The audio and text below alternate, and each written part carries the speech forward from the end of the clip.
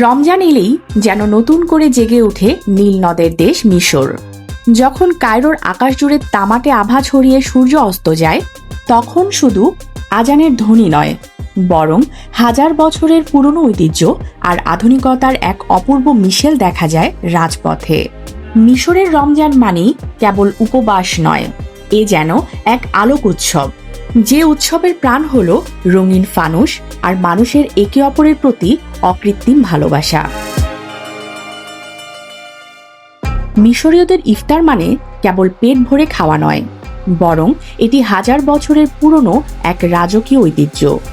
মাগরিবের আজান যখন কায়রোর মিনারগুলো থেকে ভেসে আসে, নীল নদের তীরে প্রতিটি ঘরে শুরু হয় এক শান্তির আয়োজন। আর এই আয়োজনের শুরুটা হয় এক গ্লাস খুশাব দিয়ে। সারাদিন ভিজিয়ে রাখা খেজুর, শুকনো অ্যাপ্রিকট, ডুমুর আর কিশমিশের এই ঠান্ডা পানীয়টি যেন এক চুমুকেই সারাদিনের সব ক্লান্তি দূর করে দেয়। মিশরের সাধারণ খাবার হলেও ইফতারির টেবিলে রাজকীয় মর্যাদা পায় ফুল মেদাদেম ও তামেয়া। বিশেষ কায়দায় রান্না করা মটরশুঁটি আর মচমচে করে ভাজা তামেয়া ছাড়া তাদের ইফতার যেন জমেই না। এর সঙ্গে মূল খাবারের থালায় থাকে মাহশি, যা মূলত ভাত ও মশলার পুরে ঠাসা নানা রকমের সবজি। আর এই আভিজাত্য পূর্ণতা পায় তাদের বিশেষ ঘন স্যুপ, মুলুখিয়া আর রোস্ট করা মাংসের উপস্থিতিতে।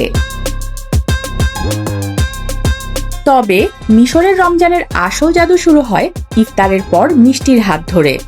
ইফতার পরবর্তী আড্ডায় তারা মেতে উঠে কাতায়েক আর কুনাফা নিয়ে। ছোট প্যানকেকের মতো কাতায়েক কিংবা চিনির শিরা আর বাদাম দেয়া কুনাফা, এই মিষ্টিগুলো ছাড়া মিশরীয়দের রমজান যেন অপূর্ণ থেকে যায়। প্রতিটি কামড়ে মিশে থাকা এই স্বাদই তাদের রমজানকে করে তোলে অনন্য ও প্রাণবন্ত। মিশরের রমজানের সবচেয়ে বড় আকর্ষণ হলো ফানুস। ধারণা করা হয় ফাতেমীয় খলিফাদের আমল থেকে এই রঙিন লণ্ঠনের চল শুরু। মিশরের ইফতার সংস্কৃতির সবচেয়ে সুন্দর দিকটি হল মায়দা রহমান বা দাতব্য ইফতার। রাস্তার মাঝখানে দীর্ঘ টেবিল বসিয়ে শত শত মানুষের জন্য উন্মুক্ত ইফতারের আয়োজন করা হয়। ধনী দরিদ্র নির্বিশেষে পথচারীরা একসাথে বসে এখানে ইফতার করেন, যা ভ্রাতৃত্বের এক অনন্য দৃষ্টান্ত। সাহরির সময় হলে এখনো মিশরে অনেক এলাকায় দেখা মিলে মেসাহারাতিদের।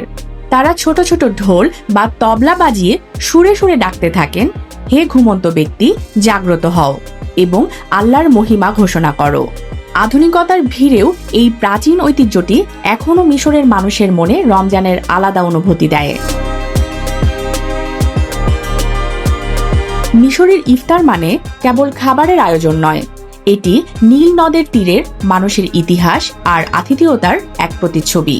ফানুসের আলো আর হারানো দিনের ঐতিহ্যের মাঝেই মিশরের মানুষ খুঁজে পায় তাদের পরম আধ্যাত্মিক শান্তি। স্মিতা ইফতেখার, ডেস্ক রিপোর্ট, আলোকিত স্বদেশ।